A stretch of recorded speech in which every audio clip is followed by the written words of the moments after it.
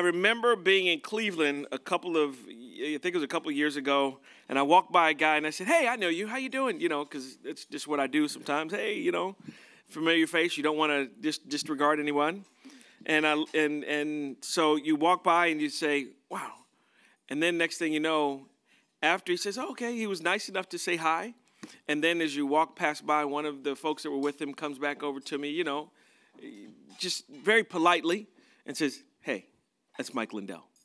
I said, Mike LIndell. They said, "The pillow guy." I said, "Oh, yeah." So that was my first introduction to Mike LIndell. Later on, I've gotten to know Mike LIndell a little bit, but Mike LIndell, quintessentially Americans' rags to riches story, has inspired millions of people with his extraordinary journey of faith, hope, and redemption. Mike faced business failure, losing his wife, losing his home, and a takeover of the MyPillow company. But Mike persevered and was able to succeed due to miracles, which, according to Mike, don't happen unless you have God, unless you have Jesus.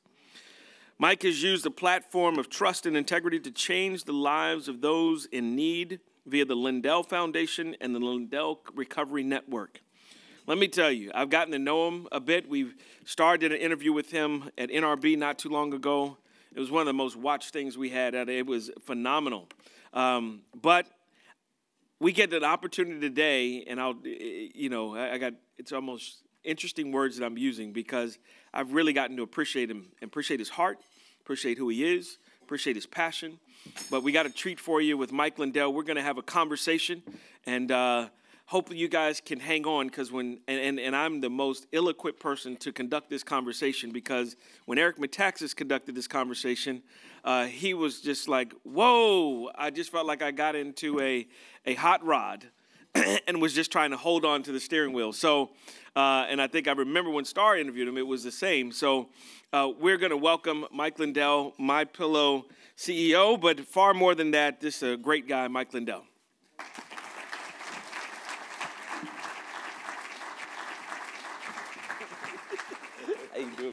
Yeah, I'll give you this mic. All right.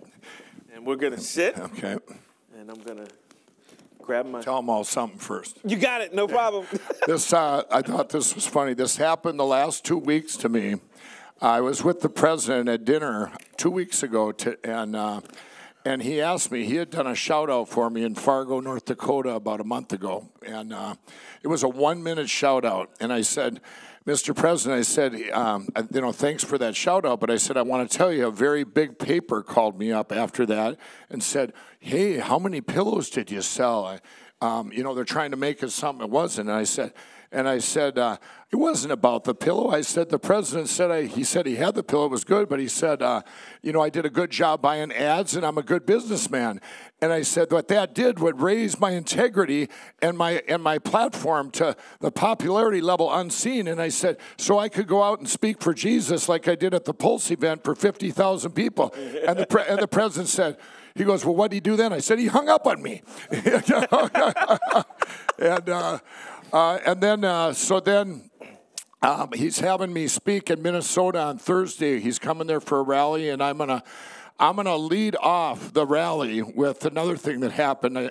I was on a national radio show about a week ago, and I could hear him introducing me as a former Democrat and the founder of MyPillow, and I got on there and corrected him, and I said, I didn't find MyPillow. I invented MyPillow. And I said, I wasn't a former Democrat. I was a former crack cocaine addict. So I just thought I'm going to lead off with that. And it is true. I was a crack addict. Well, that brings me to my first question. Tell us, Mike, where are you from? Minnesota. Wow. You always been a Minnesotite? Yep. My factory's right where I grew up. Wow, that's amazing. There's a lot about you, and I want to throw a quick curveball, not a big one, but I just saw a video not too long ago where you were at a Coliseum kind of event. It was I guess a prayer event. Yeah. And you had given pillows to everybody at the event, and talked about a prayer pillow. Why'd you do that? Tell us about that. Well, that was what I was just saying. That was a Pulse event. It was in Minneapolis. And when I tell my story, how I had a fear of rejection growing up, I would either show off or I had a fear of unworthiness. I mean, I had an unworthiness inside of me. I come from a divorce my parents divorced when I was 7. But if you'd have told me I would be up in front of, we did this, it was 50,000 millennials. If anybody knows Nick Hall, it's a Pulse event. It's a Reach Out Evangelist for Jesus. Yeah. And they told my story, and then they wanted me to do the pillow fight, but I had it in my head. We did this pillow fight, and then what I wanted to go viral was going to get on all the radio stations and TV and show them with this 1-minute prayer that I did. And I said, and that was a way to calm down the pillow fight too. I said, all right, everybody lay on your pillows, and this is your prayer pillow. And then I started speaking. I did a prayer for a minute, I think, and I don't even know what I said, but that was the Holy Spirit. Wow. It was a powerful event. Yeah, it was really awesome. It was incredible. And then about a month later, my granddaughter and my niece and nephew, they're 6, 7, and 8, we were at this Valley Fair. It's an amusement park. And 2 weeks later, we're there. Actually, it was maybe in 3 weeks. And people kept coming up to us, millennials going, wow, I came to Jesus. You changed your words, your story. You know, I put up the story when I was on crack cocaine for 14 days, and the drug dealers did this intervention. But all these millennials kept coming up to me, one after another, going, and finally my granddaughter said, he's Mike Lindell, and he's my grandpa, and we have to go on rides. You know? But it was amazing for me. I couldn't stop hearing this, that the difference that it had made. Wow. Tell me, what's behind the pillow, meaning this? We see your face. It's common because probably you're on every commercial out there. But you come up here talking about Jesus. That hadn't always been the case. No. Tell me about that story.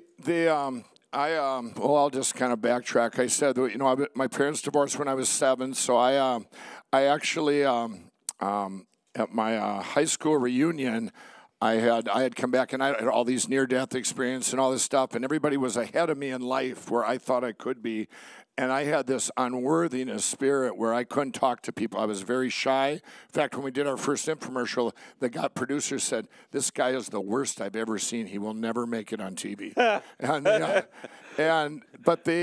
But this went through in the mid-'80s. Then I got into cocaine, and I had this false strength. This, I think we're all addictions. Most of them come from childhood, where you fatherlessness and divorce and all these things, the family and I always, I believed in God, and I'd went to church and everything else, but I got married, a 20-year marriage, and then I got.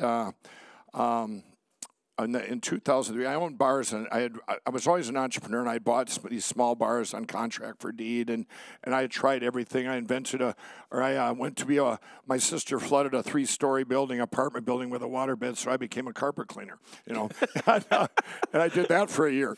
But all these things led up to in 2003, or in 2000, the cocaine changed to crack cocaine, and And then about the same time, a couple of years later, I invented my pill. I got it in a dream from God. I look back now, and I would get this dream of the first thing I dreamt was the name My Pillow, and I wrote it all over the upstairs. I'm writing this My Pillow, My Pillow. I go, that's kind of weird. It was one of the first My's. I'm going, where's My Pillow? I thought that sounded kind of neat.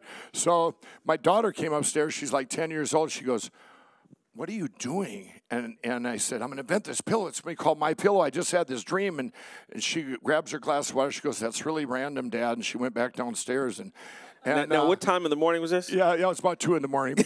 And then I was always up, And then about a year, we worked on this pillow. And my son and I, we tear foam every day and try different things. And I kept getting these dreams from God. And these things that happened at that time, once the pillow was finally invented, I was turned down everywhere. And I was completely broke. I had money from when I had sold my bars. But now I was completely broke, but I had the pillow. And I walked into stores and said, how many would you like? And they're going, I had all this passion. I have the best pillow ever made. It's going to change your life. I was at a Bed Bath & Beyond, and the guy goes, "Where's the manager? Where's your buyer?" He's wherever, and we have one national buyer, and you certainly can't see him. And by the way, you need to leave. It was like you're just way over the top here. And someone said, "Well, Mike, why don't you do a kiosk?" I said, "How do you spell that?" And I still don't know how to spell it. But I did this kiosk, and I could not talk to people. The kiosk, so I only was there maybe one time during that month, and I couldn't. I was only there one time because I have that fear of rejection. I could not. You can't get rejected if you don't talk to people. And that was the way I was. I lived in Las Vegas for 2 months when I was also a professional card counter back in the day, and getting thrown out of casinos. But I never talked to a soul other than the pit bosses that were throwing me out of the casinos. But what I did then during that month, that kiosk, one guy, the one day I did work it, he came up and he said, "Do you have a business card?" And I said, "I'm all out." I didn't know what a business card. I wrote my name on a piece of paper, and I gave him this number, and we had to borrow money from. I actually borrowed money from an ex-bookie for Christmas presents. He had told me if I quit gambling or quit betting sports, he'd always help me out a little bit, and.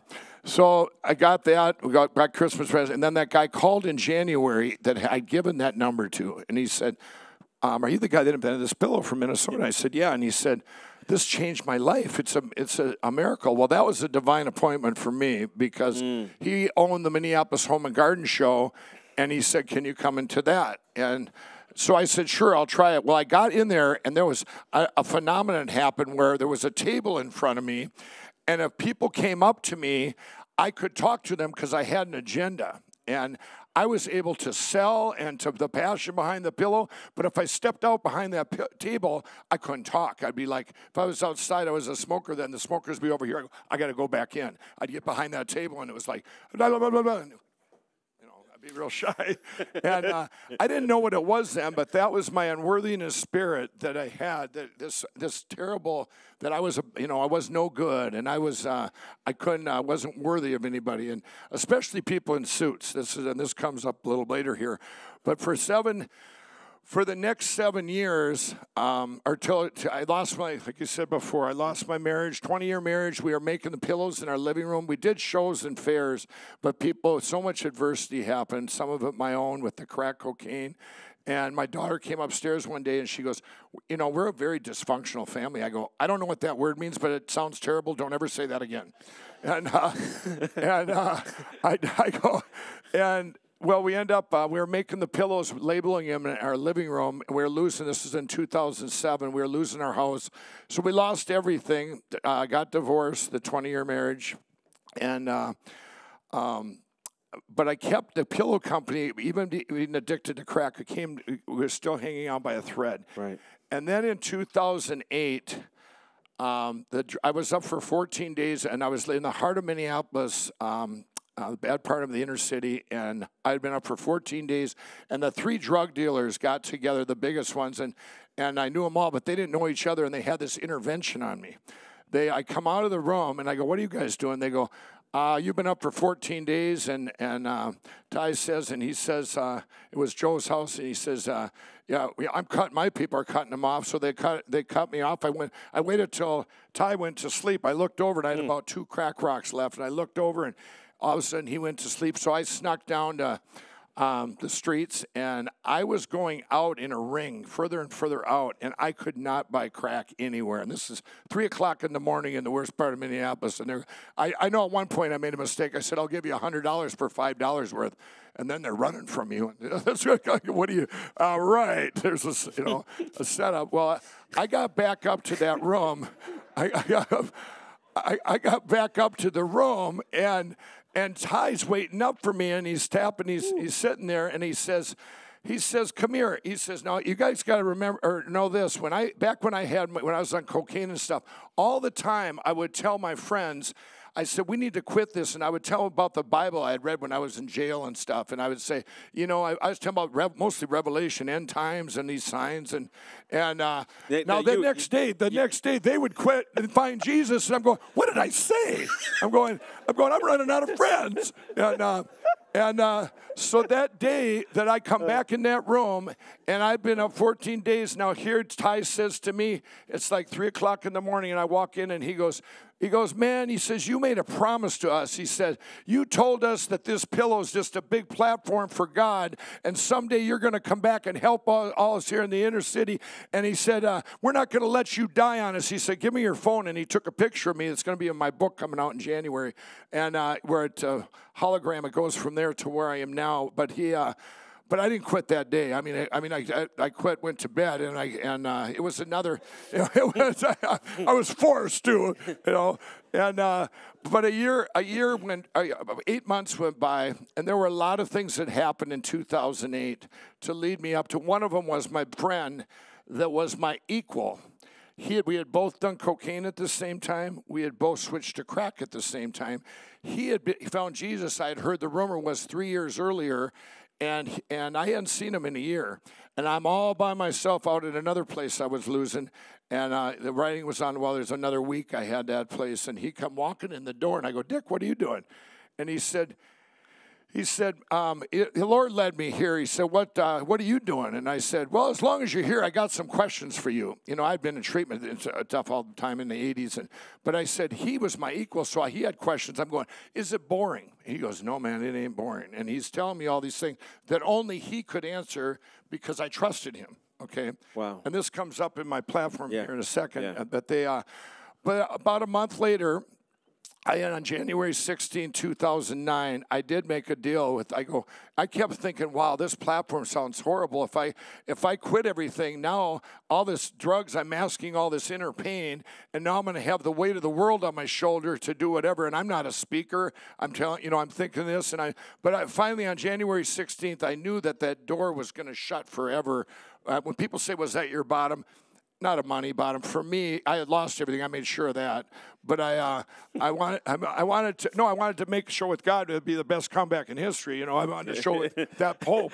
So I made sure I had nothing left. Let's make sure nothing left. I did, so this story is better, right? And I always compare it to if y'all remember the black and white TVs where you turn off the TV, it goes down to that little blue dot, and then you turn it back on, it all comes back to life. Well, it was something like that, but it didn't come back right away. So anyway, that prayer was that day. I said, okay, God, here's the deal. I'm going to quit overnight. And I said, but I want to wake up in the morning. I said, I'm going to quit when I'm done with what I got right here. But in the morning, I did too. I did a whole 8-ball on my friend. He's a schizophrenic cab driver. He says, are you going to die? And I said, no. God knows my heart. He said, he knows I'm quitting, but no, this is it. You're messing with our theology. So the next morning I wake up and I said, I don't want to ever have the desire again. Wow. And I woke up in the morning and the desire was gone. And I'm going, okay, now he set me free of those demons and that was gone. But I still am going, okay, where do we go from here?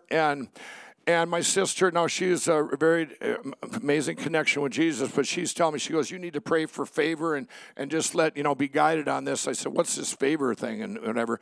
Well, to make this part of the story short, a week later, they had taken my company, all the shows, guys I had broke bread with. They had taken everything from me. And the guy that took my fabric, all of a sudden he says, you know, Mike, he said, by the way, all my shows were gone, these home shows and fairs. And he said, he said, they want you to pay cash now. It was $30,000 cash. I said, Bob, what do you mean? I knew he was in on it then. I knew he was the ringleader, taking everything from me. And I said, well, will they give me a week? And, I was very streetwise. I just, knew him, that he was in on it. And he says, well, they'll give you till, I said, will they give me some time to get the money? And he says, they'll give you till next Friday. He goes, let me call and ask him. He probably put the phone down. Yeah, they said they'll give you next Monday at 1 o'clock. So I went back to this guy in this bar. a week before, now he had said, if you ever need help, he said, I got some guys, they're kind of mavericks and, borrow money, they're, or they'll do stuff, kind of off the board. They're not like traditional companies or businessmen. So I go back to this bar to find this Bob, and the bartender goes, I said he had a cowboy hat. His name was Bob. He said he came in here last week. He said, oh, he only comes in here once a month. He said he'll be back in about 3 weeks. And at that moment in time, Bob walked through the door. And I go, so now this stuff happened to me all the time, even before I quit. So I went and surprised me. I'm going, God's showing me stuff, and I'm still going, okay, show me more. And anyway, he comes in the bar, and I go, Bob, these guys, can you set up a meeting for these guys today or whatever? And he couldn't set up the meeting until the following Friday at 10 o'clock. So now I got to meet the bad guy at 1 o'clock with 30 grand cash, and I'm meeting them at 10. And I just crossed it off my list because I figured Bob coming in, that was divine enough. This is really going to happen. So a week later, I go to these guys, and at 10 o'clock, I'll never forget it, I walked in with a pillow and a T-shirt on. And I was a fan of Bob Seger. It was a Bob Seger T-shirt, actually, and the band. And I walked in, and they're all in suits with ties and everything. And my fear of rejection. And normally I would be going like, I'm not worthy. But I got in there, and I just started talking. There was a CEO, a CFO, a CIEIO, all these C's. There were many C's. I couldn't even see myself. And I go, so all these C's are in there, and I go, I need $30,000 cash. I'll pay you back 40 grand over the next 2 months. I'm going to get my friends. We're going to get my company back from these guys. We're going to go do shows throughout the Midwest. And I said, I used to be a crack cocaine addict, and I'm going on the line. The CFO goes, when did you quit crack? I said, last Thursday. And the guy goes, he gets up, 4 of them get up and leave the room like Shark Tank. I go, what's the problem with that? I go, I'm really done. Ask my cab driver, And, so they leave the room, and now there's 4 of them. And here the 4 of them are standing there, and they're looking like, and I go, well, now you all put in $7,500, and you all get back 10 grand each. And I said, I'm just not giving up on this. And then finally the guy goes, he looks at the other guy and says, well, if I do it, will you do it? Whatever. And anyway, they all decide to do it. And he goes, go get him a check and get him a contract. The guy goes, what did you give him a contract for? He doesn't have anything. And he goes, give him a sheet to write an IOU on a piece of paper. So, and I said, it's got to be cash. And he goes, because I'm meeting him at 1 o'clock. It's now 10 to 12. Man. And he goes, oh, that's right. He goes, go up to the bank, get him cash. The bank was a couple blocks away. So he goes up and gets the 30 grand cash. He brings it to me, and I walk out of there, I sign it, and I'm heading off to meet Bob. Well, they never checked my ID, and the reason I know that is because I didn't have a driver's license. So they, it was just a miracle. Now I know why. They know why I gave it to them. They got, I just zapped them. Well, so here I go outside and I go to meet Bob, and I said, I put the money over here, and he calls up. He says, you got the money? I said, no, I don't have it on me. I put it over here, and I said. I need to meet you. I said, these guys could help us out in the future. I want to see the fabric, and I'll put my watch in front of it that I did get there in time, Bob. And he goes, he's kind of going like this and whatever. And anyway, I end up meeting him, and he's all hesitant to bring me to this fabric. And he's one of my best friends at the time. And I go, quick, let's get over there and let's, take a picture, but, that I made it here by 1 o'clock with the money. And but I didn't, he didn't think I had the money, obviously, because he needed the fabric for his other corrupt people. And so we get to his house, and it's 5 minutes to 1. I'll never forget it. And I put the money in my pocket then, and I get out, and I pull it out of my pocket. I go, Bob, I got great news. It's a miracle. They did give me the money. And I'm hugging him, and the tears are going down. Like, what am I going to do to help me load the fabric, Bob? Help me load. But that was just things that started happening, and I slowly got my company back. The trade shows and home shows, and we did a infomercial. I told my friends and family, I said, let's do an infomercial, and I said, it's going to be the biggest in history. I've seen it in one of my dreams, my God dreams, and all my friends and family, they put their money in, and we filmed this thing in August of 2011. I said, if nobody will take me, I'm going to bring it right to the people. We filmed this infomercial, and the night before, like I told you, this producer guy that was there, I wanted a real audience, just a friend of mine, and he said, this guy's the worst I've ever seen. He said, he's never going to make it. And he was kind of right. The next day, I walked up, and I had a line. It was 9 takes where I was so afraid of the audience, and I'm going, and then the pillow goes like this, you know. It was my spirit, you know, my spirit of unworthiness. Well, they brought out a table. I said, hey, bring out a table. So they bring out a table, and I could talk. We threw away the teleprompter, and that infomercial launched October 7th. I was living in my sister's basement, October 7th, 2011. And when that came on, we had like 5 employees, me and my kids and a few other people. And 40 days later, we had 500 employees. It just exploded.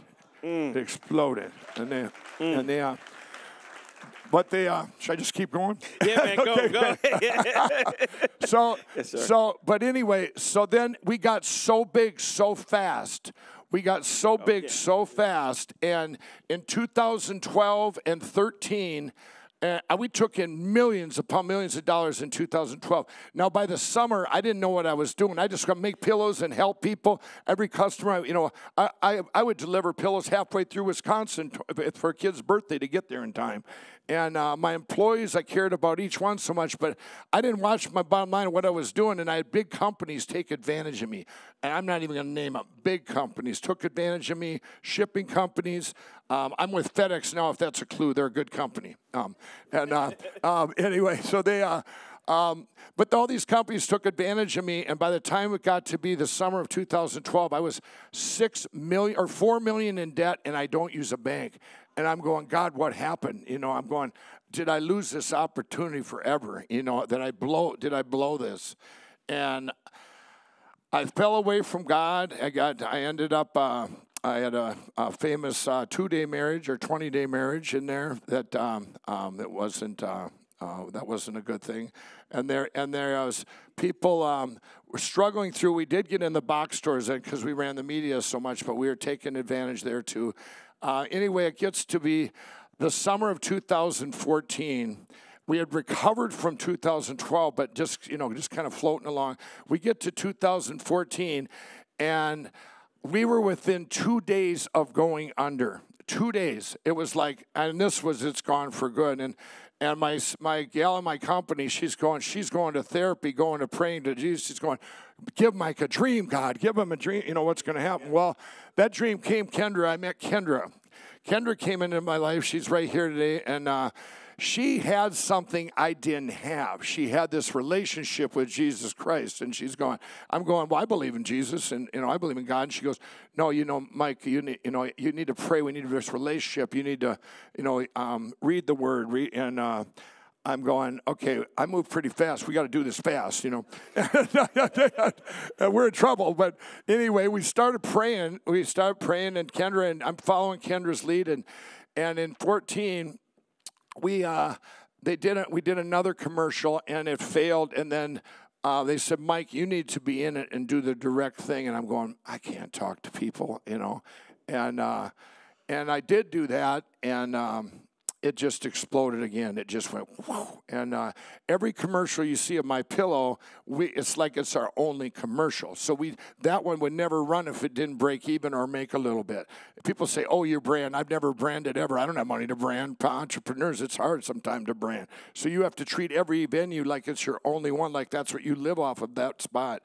And it got up in 2015. Now I'm going to tell you now. This second part is how I came to Jesus. Okay, I wore my cross on TV and everything, and I told my friends in the crack house and stuff, hey, we should all quit, and they'd quit. But no, wouldn't you think that's being hypocritical? Going, what are you talking about? You're still doing it. I'm going. So whatever I said made sense to them, right?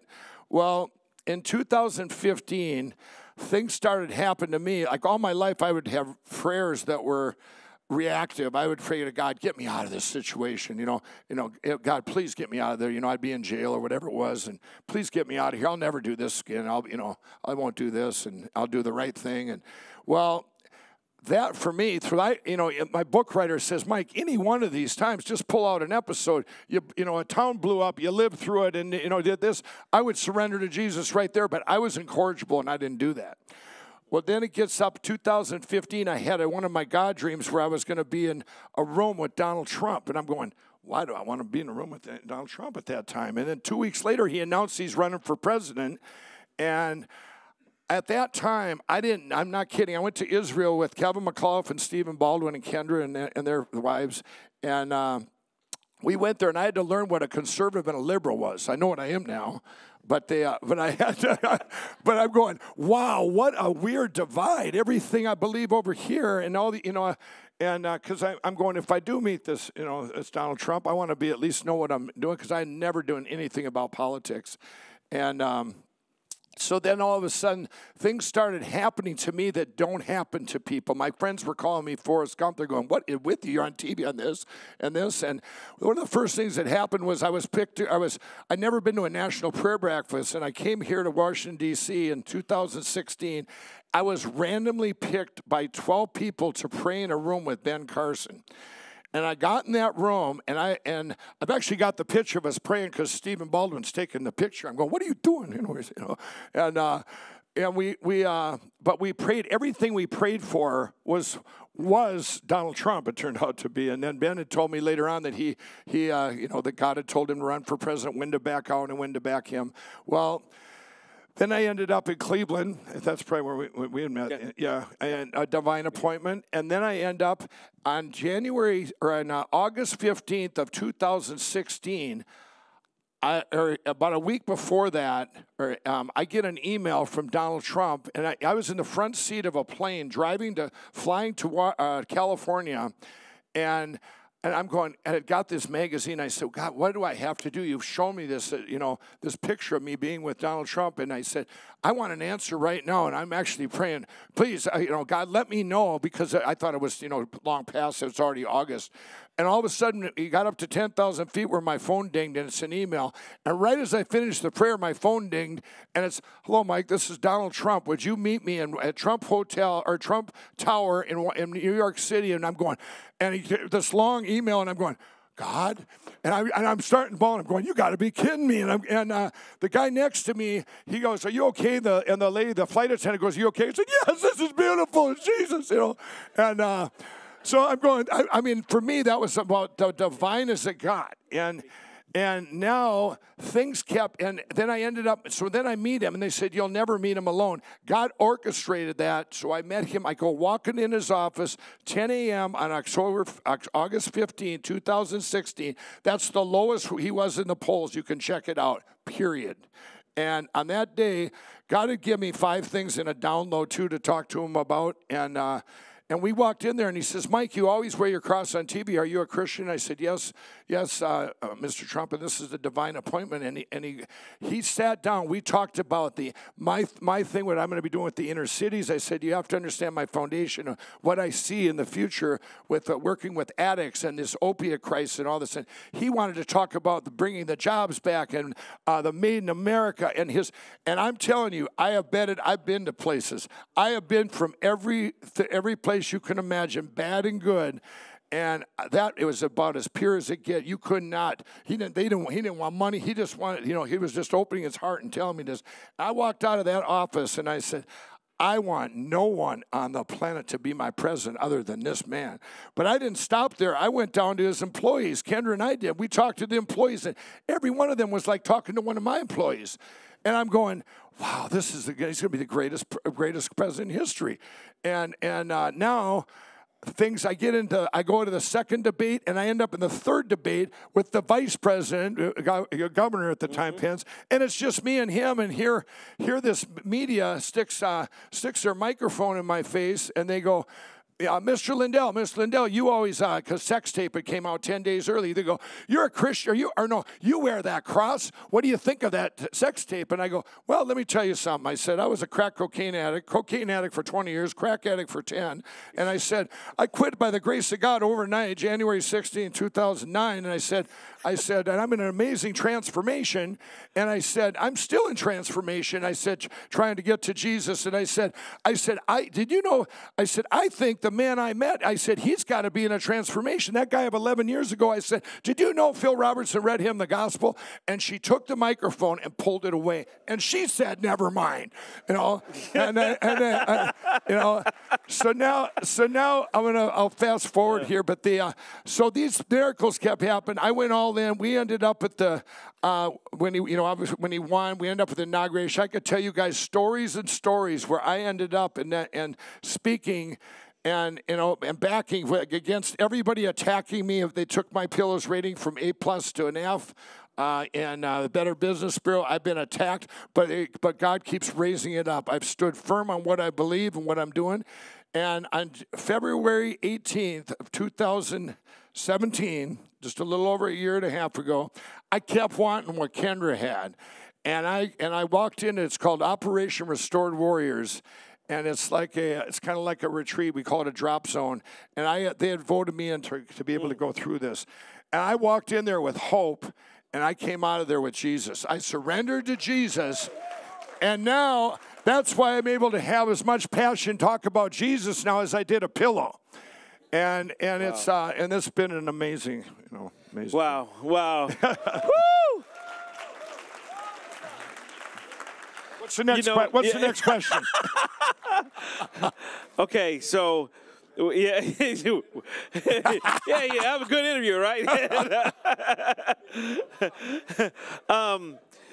Really, I want to just narrow one thing because I know we're wrapping up. But first of all, I wanted Mike to tell this story and just talk about what he was doing, because let me help you understand. You got Mike Lindells in your congregations. You got people filled in our congregations, and for some that may not even know Christ yet, but folks like this that are sitting in congregations. Let me tell you what I'm doing right now, what God's shown me. Just like my friend that came to me in December of 2008, his name was Dick. Now, all of you have people in your conversation or congregations, the inner city and stuff, where with what I wanted to do and what God showed me, I'm going to have a website coming out where an addict's sitting at home and he puts in his age and he puts in what his top addiction is. So a 22-year-old opiate addict might not be able to relate to a 50-year-old meth addict, okay? You have very commonalities with age group and your drug of choice. And now all these stories of hope, I'm gathering hundreds of thousands of stories of hope, and it'll filter them down to this hope, and he'll watch them. He's already watched me, and I'm his tour guide going through this website. They all know me. I'm going, okay, you guys watch these tour guide. You watch these stories of hope. And all these stories I got out of the faith-based treatment center, Salvation Army, Teen Challenge, Union Gospel, from churches. I mean, this is where it came from, so they have one common thing, and they're Jesus, okay? Yeah. Now, hear that. So they watch these, and I'll go, okay, you guys, up in your right corner of your website there, they're watching me on this video, and they're going to be we have vetted all the centers. We're still vetting them that we're taking. We're taking all the faith-based treatment centers that the ones that work, and they work. When you're an addict and you come out of a secular treatment center and you walk out and you go, they've shamed you. Oh, you treated your parents bad and your kids bad, and you spent all your money. Well, we already feel bad enough as addicts, and you walk out of there and now you don't have your drug to mask it. I mean, it's horrible. You need a foundation when you come out of there, and that foundation is Jesus. Right. And if you don't, because you're not going to get trust right away. Well, these guys, now they're going to go to these treatment centers, and now I'm going to tell them, and you guys, when you come out of there, there's going to be jobs waiting for you. Like Salvation Army hires 50% from within, and 50% other employers take them right away because they're good people. Their addiction is hard work. Well, now when they come out of there, I'm going to have these apps where all these mentors, it's going to be one of the biggest employer in the country, where all these mentors, I'm paying them, other people that are going to come on board and pay these mentors. That's going to be their full-time job, mentoring these guys coming out of these faith-based treatment centers. And because when you mentor someone, as you all know, being pastors, it helps yourself too. You're helping, and it's going to be an amazing platform. I want to get that launched when my book launch, because you're going to have so many eyes going to this platform then, and that's the story. That's a whole. Wow. What's the name of your book? The book's called What Are the Odds from Crack Addict to CEO. By the time you read the book, if you don't believe in God, you didn't read it. Folks, look at God. Let's give Mike a hand. Thank you all. Thank you so much.